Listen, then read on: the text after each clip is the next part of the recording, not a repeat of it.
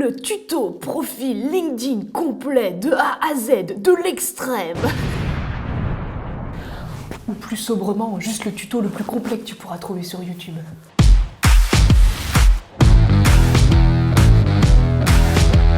Salut et bienvenue sur cette chaîne, je suis super contente de t'accueillir ici. Je m'appelle Valentine Soda, j'ai créé une boîte qui s'appelle Marketing Fastoche. On développe le personal branding des dirigeants, notamment sur LinkedIn. Et j'ai formé et développé la prise de parole sur LinkedIn de centaines d'entrepreneurs. Et aujourd'hui, je suis ravie de te présenter le tuto le plus complet pour compléter ton profil LinkedIn, développer ton personal branding et avoir une prise de parole crédible et assumée sur le réseau. Accroche-toi parce que j'ai plein de choses à t'apprendre. J'espère que tu as un papier et un crayon parce qu'on attaque tout de suite. Je prends pour exemple mon profil parce que c'est plus facile pour te montrer la mise en page, mais évidemment c'est des choses qu'il faut que tu reproduises à ta sauce. Si tu ne sais pas ce que c'est que le personal branding, je t'ai fait une vidéo juste ici, et si jamais tu ne sais pas quelles sont les étapes pour construire ton personal branding, il y a une autre vidéo juste là. Quand on arrive sur ton profil, on tombe sur ça. On a une photo de profil, une bannière, un titre, un lien, une page entreprise sur le côté. Ça, c'est la première chose qu'on voit. Le plus important pour ton personal branding, déjà, c'est d'être très clair. Je fais quoi? Pour qui? Pour faire quoi? Mais hyper simple, essaye pas de réinventer la roue.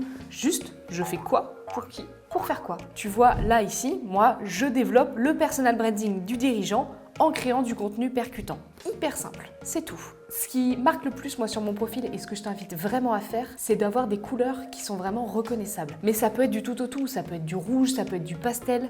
Il faut que ce soit quelque chose qui colle à ta personnalité. Moi j'ai choisi le vert et le rose parce que c'est à la fois dynamique, un peu féminin, mais aussi c'est quelque chose de très festif, un peu presque estival. Et moi j'aime bien avoir une personnalité un petit peu pimpante, un peu lumineuse, un peu fun sur les réseaux sociaux. Donc c'était pile ce qui me convenait. Mais toi, encore une fois, il faut que ça corresponde à ta personnalité. Ça peut être très pastel, très doux si tu es plus apaisant. Ça peut être du noir et blanc si tu es très carré. Ça peut être du bleu pour de la com, quelque chose d'un peu plus chaleureux. C'est vraiment comme tu le sens. Ensuite, sur ma bannière, j'ai écrit « On transforme la visibilité en crédibilité et ça change tout ». C'est ma catchphrase. Encore une fois, très très simple. On fait quoi? Et après, j'ai mis un petit appel à l'action. L'agence de marque personnelle des dirigeants avec la petite flèche qui montre vers la page entreprise Marketing Fastoche. Ça, c'est vraiment pour dire si tu veux plus d'infos, il y a mon site web ici. Juste ici vers la droite, j'ai détaillé un petit peu ce qu'on faisait, donc stratégie, tournage, montage, suivi des performances, avec les petits logos des réseaux sociaux qu'on maîtrise. Ce qui est génial avec une bannière LinkedIn, c'est que tu as un espace de fou, non seulement pour détailler ce que tu fais, mais tu peux aussi crédibiliser en mettant les logos de tes clients. Tu peux aussi mettre un appel à l'action comme appelle-moi avec ton numéro de téléphone ou clique sur le lien juste ici. Tu peux mettre tout ce que tu veux. Tu as un espace de fou. Et en général, moi, ça me rend folle parce que les gens sur LinkedIn, ils s'entêtent à mettre une vieille photo pourrie de leur ville. J'en ai rien à péter d'avoir une vue aérienne de Toulouse. Non, c'est un espace de dingue pour pouvoir écrire des choses importantes pour sa cible. C'est vraiment pas le moment de caler une photo un peu pourrave. Si l'important, c'est de développer la stratégie employé advocacy de la marque, qui sera le sujet d'une prochaine vidéo, là, du coup, pourquoi pas une photo d'équipe? Mais encore une fois, il faut que ça ait un sens pour le visiteur. Bon, je me calme, on reprend. Au niveau de la photo de profil, ce qui est hyper important, c'est que tu arrêtes de me caler tes selfies pourris. Pardon, je reprends. Le plus important, c'est que tu me cales une photo qui soit déjà prise à peu près au niveau du buste. Pas de selfie, pas de photo toute carrée sur ton visage, pas de photo de super loin et n'es pas obligé de porter un costard. C'est pas parce que c'est LinkedIn que t'es obligé d'être chiant. Ça, je te le dis tout de suite. LinkedIn, c'est un réseau social comme les autres. C'est juste que c'est un réseau social pro, surpuissant, qui te permet d'avoir des contrats en tant qu'entrepreneur, en tant que freelance, qui te permet de débloquer des opportunités pour ta boîte, mais aussi des opportunités pro si tu veux te faire recruter. Personne ne t'a jamais demandé de mettre une cravate. Personne. Une photo HD, moi je te conseille aussi de mettre un fond uni, c'est quelque chose qui est joli. Alors ça, sur Canva, c'est très facile. Tu fais clic droit, retirer le fond de la photo, et comme ça, tu as une photo complètement détourée, et après, tu peux rajouter des couleurs. Si tu touches un petit peu au graphisme, n'hésite pas à mettre des petites fioritures, des petites étoiles, des petites paillettes, des petites fleurs, ce que tu veux. Le plus important, c'est de coller à l'image globale de ton profil et à être remarquable. Maintenant, si on rentre un petit peu plus dans le détail, dans les settings de ton profil LinkedIn, tu peux te rajouter un petit surnom. En général, les personnes rajoutent les pronoms personnels, donc il ou elle. Moi, je te conseille vraiment d'en profiter pour ajouter quelque chose qui te caractérise. Donc ça peut être, je sais pas, la RH du BTP, ça peut être ta freelance photographe survitaminée, ta coach déterminée, ça peut être des trucs comme ça. Moi, c'est juste ta boxeuse préf, parce que ça fait un petit bout de temps que je roule ma bille sur LinkedIn, et du coup, j'ai toujours mon petit gant de boxe, fait que les gens m'identifient comme la boxeuse de LinkedIn. Donc profites-en pour t'en saisir un pronom personnel personnalisé, pour ajouter quelque chose qui renforce encore plus ton personnalité. personal branding. Tu peux ajouter du coup l'entreprise actuelle dans ton résumé. Là, je t'invite du coup évidemment à créer une page entreprise de ta boîte. Mais surtout, ce que je vraiment te conseille de faire, décoche l'école. À moins que ce soit une école qui soit très crédibilisante, qui soit connue dans ton milieu, qui soit connue de ta cible, même ça peut être des grandes écoles comme HEC par exemple, à moins que ce soit ça, si c'est pas utile pour ta cible, décoche. Parce que du coup, ça va troubler un petit peu ton message et on sait pas forcément où cliquer. Surtout si tu mets une école, on a tendance à croire que tu peux être prof. Moi, je te conseille, si c'est pas crédibilisant, ça dégage. Ensuite, pour ton titre, on en a parlé. Je fais quoi? Pour qui? Pour faire quoi? Tu peux aussi, encore une fois, crédibiliser ta parole en rajoutant si tu es dirigeant, si tu es fondatrice, cofondatrice, si tu es associé, peu importe. C'est vraiment bien de rajouter du crédibilisant comme ça, mais moi, je te conseille de le mettre après. Je fais quoi? Pour qui? Pour faire quoi? Déjà parce que tu vas te faire beaucoup démarcher sur LinkedIn en mettant CEO, fondateur, etc. Donc, il vaut mieux l'avoir après parce que les petits outils un petit peu automatiques pour faire de la prospection, ils vont tout de suite voir que tu es CEO et ils vont t'envoyer une séquence de mails un peu chiante. Mais aussi parce que quand tu commentes un post, on a le début de ta phrase. Et c'est quand même beaucoup plus chouette d'avoir le début de ta phrase qui vend ton service plutôt que le début de ta phrase qui dit ton post. Les gens ne vont pas forcément s'intéresser tout de suite à qui tu es, mais ils vont peut-être s'intéresser à ce que tu leur proposes. D'où l'intérêt de mettre d'abord ce que tu fais et ensuite ton titre. Ensuite, ce qui est fabuleux maintenant, c'est que tu peux ajouter directement un lien, juste ici sur ton profil. Ça, c'est fabuleux. C'est comme sur un site web, tu as la ligne de flottaison, tu as déjà un appel à l'action pour faire sortir de LinkedIn. Bijou ce truc. En tout cas, moi, je suis fan. Là, ce qui est formidable avec ce petit lien, c'est que tu peux mettre ce que tu veux. Tu peux mettre le lien vers un Calendly pour qu'on prenne rendez-vous avec toi tout de suite, mais tu peux aussi mettre le lien de ton site web ou pourquoi pas le lien vers un questionnaire pour récolter des contacts pour les recontacter après. Moi, ici, j'ai mis le lien de ma formation. Très, très important, tu n'as pas plus de 30 caractères. Et ça, c'est vraiment dommage parce que tu es limité, mine de rien, dans ce que tu veux dire. Moi, je t'invite à glisser le ici ou là. Par exemple, contactez-moi ici ou mon site web, c'est par là. Parce que ça permet de bien comprendre que c'est un lien. Parce que mine de rien, c'est quand même pas très très évident quand on découvre le profil la première fois. Quand tu descends un petit peu, sur ton profil, tu auras toutes tes stats et juste en dessous, tu auras ta partie info. Hyper importante ta partie info. Quand tu l'écris, il me faut tout de suite une petite phrase d'accroche. Là, on est vraiment sur des conseils copywriting. D'ailleurs, si avoir une vidéo sur le copywriting t'intéresse, n'hésite pas à me le mettre en commentaire et à t'abonner. Tu demandes, je fais. Mais revenons à nos oignons. Là, par exemple, au niveau de l'accroche, j'ai mis Hello, je t'attendais.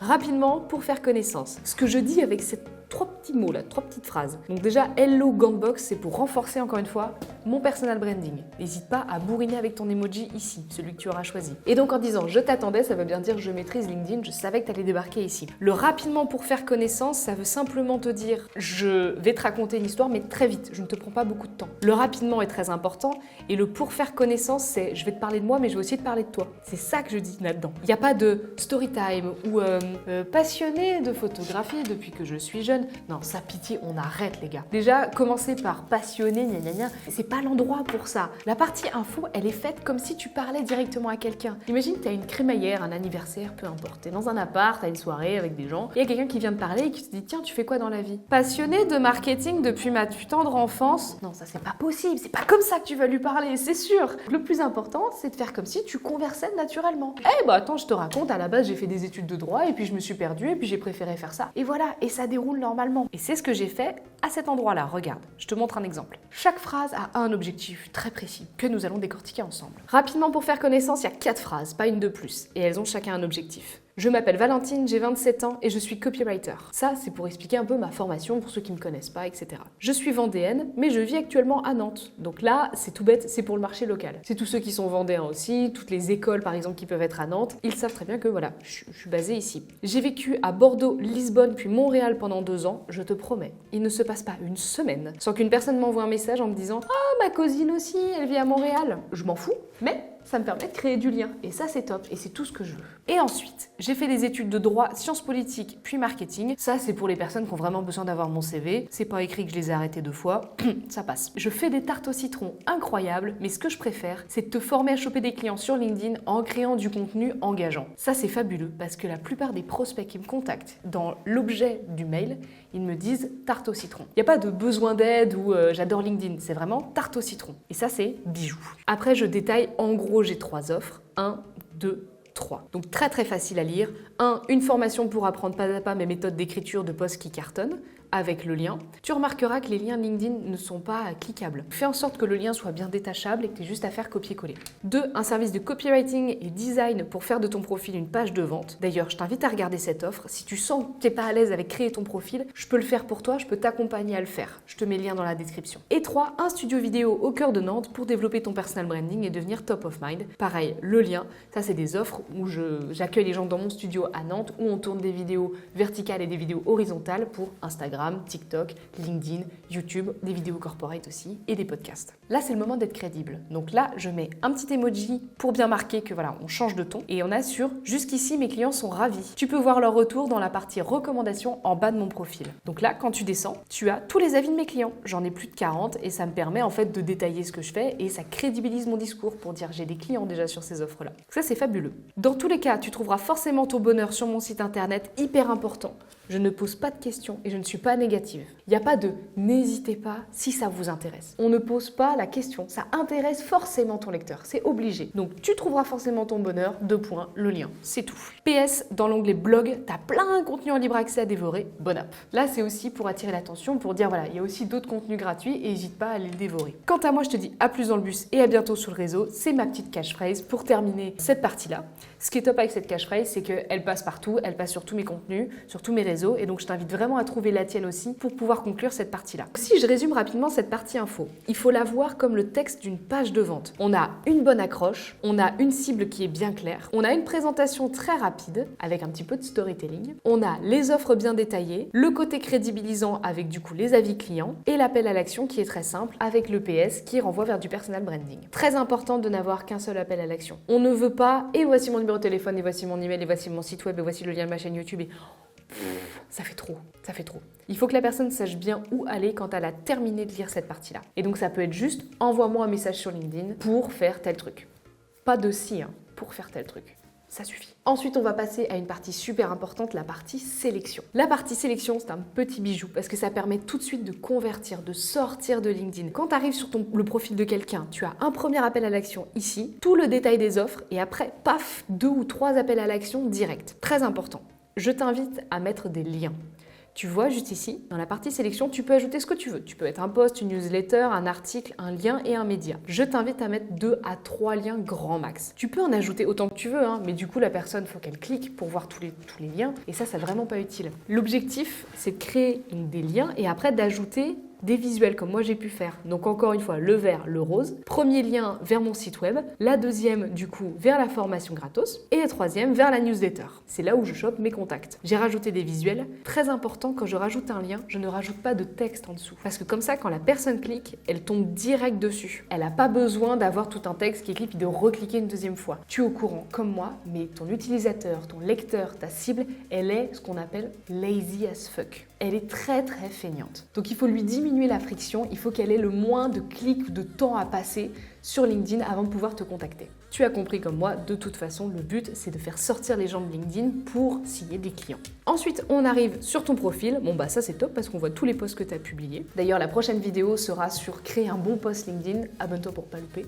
Enfin, après tu as toutes tes expériences. Alors moi franchement, je suis partisane de te fais pas chier. Ne me remplis pas ces expériences bourrinées comme si c'était un CV, ça ne sert à rien, vraiment. En quelques lignes, explique ce que tu faisais, ce que ça t'a apporté et ce qui peut être utile pour ton lecteur. Personne ne vient, à moins que ton but soit de te faire recruter, mais personne ne vient dans cette partie pour voir tous les détails de ta fiche de poste, du stage que tu avais fait en 3e. On s'en fout. Tu vois, moi j'ai pu mettre, par exemple, ça c'est ce que je faisais quand j'étais en freelance. Je détaille un petit peu rapidement ce que je faisais. Maman, regarde, j'ai eu un job étudiant. Oui, papy, je suis en stage, mais non, je vends pas de maison. J'ai détaillé un petit peu juste pour faire sourire, mais c'est vraiment des détails. Formation, encore une fois, à moins que ce soit crédibilisant, pareil, t'as pas à détailler tous les cours que tu as pu avoir en master, c'est vraiment pas utile. Tes compétences, par contre, ça c'est important et c'est cool d'être recommandé. Il n'y a pas de secret pour être recommandé, recommande déjà les autres. Va chez eux, va sur leur profil, recommande leurs compétences, ils le feront en retour parce que plus tu donnes, plus tu reçois. Donc moi, je t'invite vraiment à en donner aux gens, que ce soit des anciens camarades de classe, des collègues, des clients, même pourquoi pas. C'est super chouette de laisser des recommandations à ses clients, ça fait toujours plaisir. Et eux, en général, vont t'en mettre en retour.